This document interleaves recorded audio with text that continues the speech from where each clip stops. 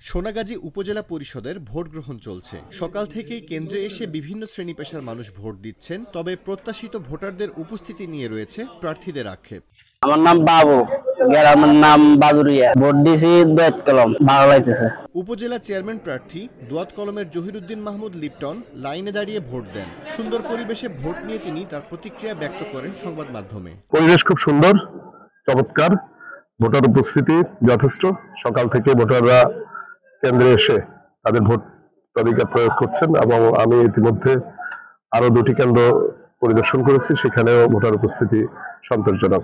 অপরদিকে কেন্দ্র পরিদর্শন শেষে ভোট গ্রহণ নিয়ে সন্তোষ প্রকাশ করেন জাতীয় পার্টি লাঙ্গল প্রতীকের প্রার্থী মুজিবুল হক মানিক। সোনাগাজী বালিকা বিদ্যালয় ওখানে গেছে, তারপরে আমার নিজে কেন্দ্রে গেছে, ওখানে থেকে ভোট দিছি। সুন্দরভাবে ভোট হচ্ছে।